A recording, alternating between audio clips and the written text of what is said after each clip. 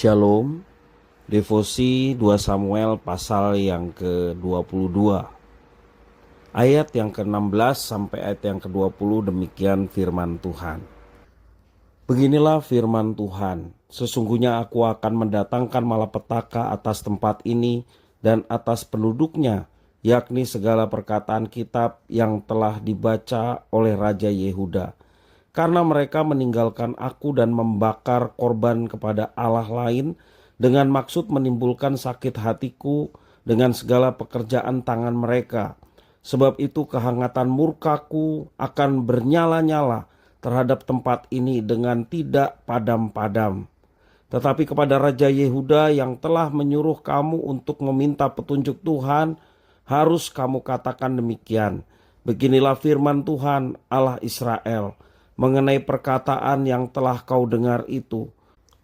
Oleh karena engkau sudah menyesal dan engkau merendahkan diri di hadapan Tuhan pada waktu engkau mendengarkan hukuman yang kufirmankan terhadap tempat ini dan terhadap penduduknya, bahwa mereka akan mendahsyatkan dan menjadi kutuk. Dan oleh karena engkau mengoyakkan pakaianmu dan menangis di hadapanku, aku pun telah mendengarnya. Demikian firman Tuhan. Sebab itu sesungguhnya aku akan mengumpulkan engkau kepada nenek moyangmu, dan engkau akan dikebumikan ke dalam kuburmu dengan damai, dan matamu tidak akan melihat segala malapetaka yang akan kudatangkan atas tempat ini. Lalu mereka menyampaikan jawab itu kepada raja. Demikian firman Tuhan.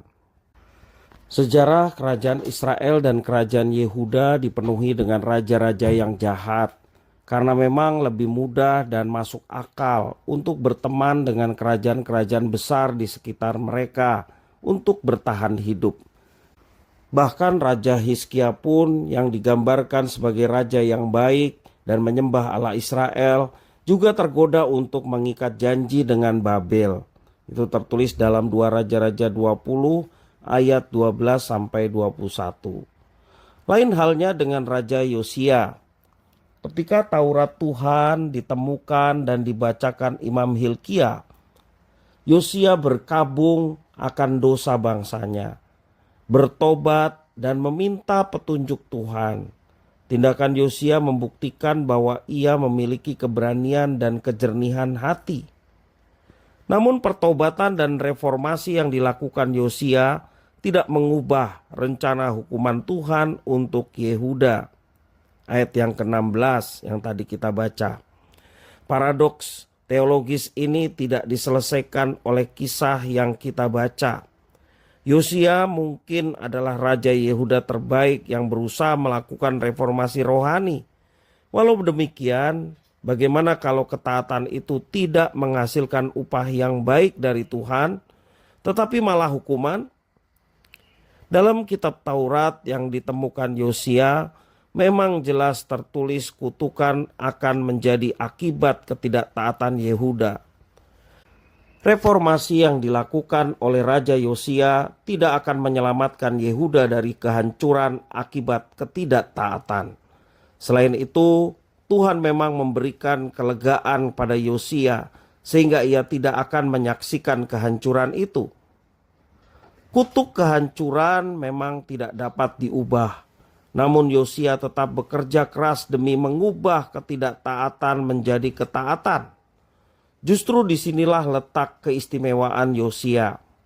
Ketaatannya bukan karena iming-iming upah atau berkat. Dengan mendalam, Yosua menyadari dosa bangsanya dan dengan sekuat tenaga ia melakukan reformasi. Bagaimana kehidupan umat Tuhan pada zaman sekarang ini?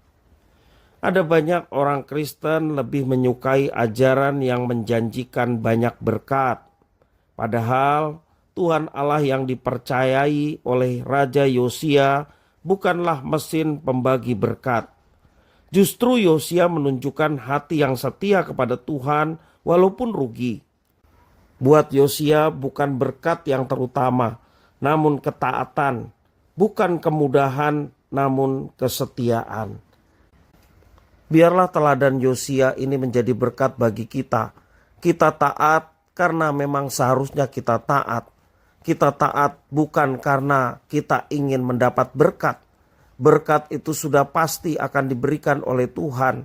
Tetapi keutamaan kita, motivasi kita dalam ketaatan adalah karena memang Dia adalah Allah kita dan kita dipercaya menjadi umatnya. Maka sudah seharusnya kita mentaati apa yang diperintahkan oleh Tuhan. Bukan karena berkat kita taat karena kita adalah umat. Dia adalah Tuhan yang kepadanya kita memuji, menyembah, dan mentaati apa yang diperintahkannya dengan penuh kesungguhan hati dan sukacita. Tuhan Yesus memberkati.